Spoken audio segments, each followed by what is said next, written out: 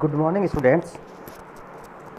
आज हम परमाणु संरचना के चैप्टर के अनुसार अगले टॉपिक में जा रहे हैं, जो कि टॉपिक है de Broglie dual nature principal.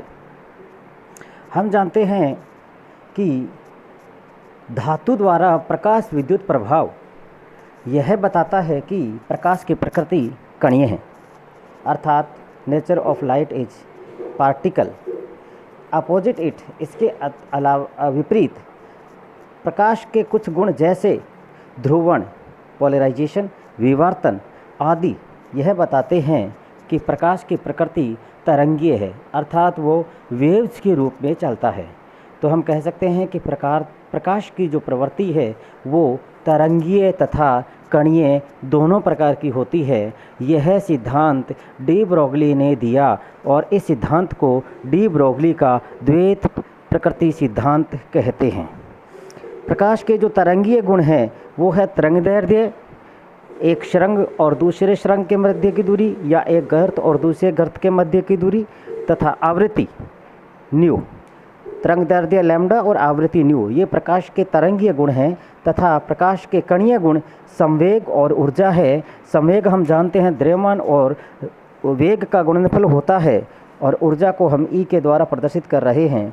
तो इन दोनों की तुलना डी ब्रॉगली ने की, और इनकी तुलना के लिए डी ब्रॉगली ने दो समीकरण यूज किए। एक तो प्लांक समीकरण जिसने ऊर्जा और आवृत्ति के बीच में संबंध बताया था, तथा दूसरा आइंस्टीन समीकरण जिसने द्रव्यमान और वेग के बीच में, ऊर्जा और वेग के बीच में संबंध बताया था, अर्थात E बराबर mc²। तो दोनों में ऊर्जा का संबंध है।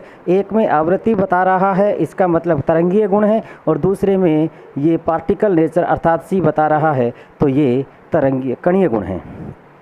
तो अकॉर्डिंग टू डी ब्रॉगली इन दोनों समीकरण से समीकरण नंबर 1 प्लांक समीकरण, समीकरण नंबर 2 आइंस्टीन समीकरण आए। प्लांक समीकरण E बराबर h न्यू और E बराबर mc²। m यहाँ द्रव्यमान है और c यहाँ प्रकाश का वेग है।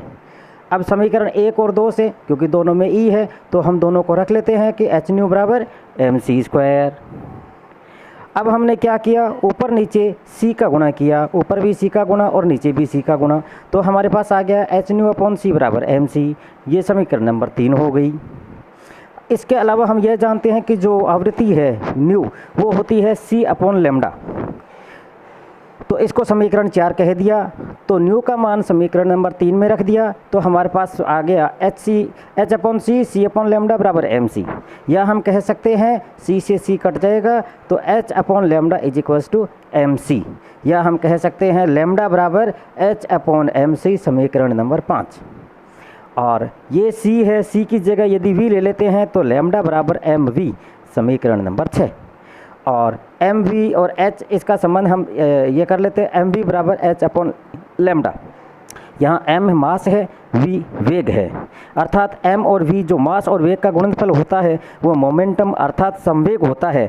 h यहाँ पर प्लांक कांस्टेंट है, तो हम कह सकते हैं कि संवेग है वो तरंगदैर्ध्य के व्युत्क्रमानुपाती होता है, अर्थात momentum is inversely proportional to wavelength.